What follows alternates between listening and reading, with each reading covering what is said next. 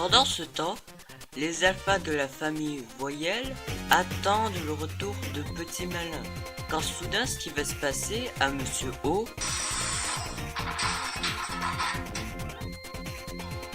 Finalement, à la surprise générale, la fusée vient de tomber sur la tête de ce pauvre Monsieur O. Quant à Petit Malin, il est éjecté de la fusée. Heureusement, ce n'est pas trop grave.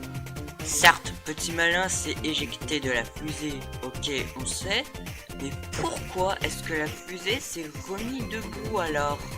Tout le monde se réunit et se demande comment sauver les alphas qui ont été capturés par les bêtas. Heureusement, Petit Malin a eu la courtoisie d'un tuyau. Tout simplement, il faut installer le tuyau chez la planète des bêtas et ainsi de suite l'installer dans la planète des alphas pour ainsi de suite les sauver. Et donc ils installent le tuyau. D'ailleurs pourquoi est-il petit? Mais sinon les alphas ils pourront pas passer. Donc comme je le disais, ils installent le tuyau, sauf que voilà, c'est pas facile de l'installer parce que avec toute cette horde de bêta, bah c'est difficile. Voilà, ils ont installé le tuyau. Ah, maintenant il est gros maintenant. Ok.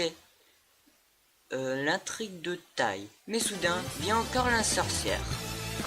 Qui dit que des trucs que je zappe. Heureusement, Petit Malin utilise le talisman qui fait éblouir les yeux de la sorcière. Il sauve donc le monstre en l'emmenant par le tuyau comme ceci.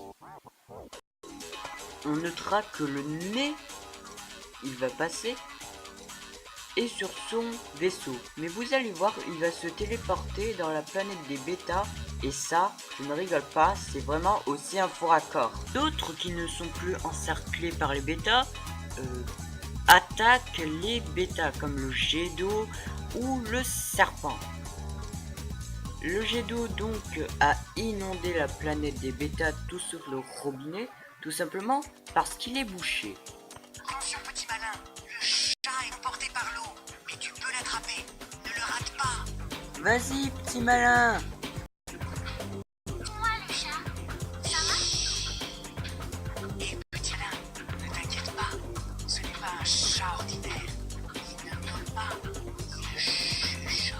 Il aime le silence. Cosmopollux sauve aussi la limace, sauf que pourquoi quand Cosmopollux l'emporte, la limace a peur et panique?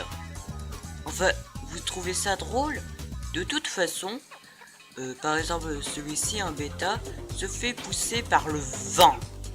Et regardez, voilà, je rigole pas, le nez s'est bien téléporté chez la planète des bêtas. Mais c'est... Arrêtez ces faux raccords! Vous n'êtes qu'une bande d'incapables. Vous n'avez même pas réussi à surveiller ces petits alphas de rien du tout.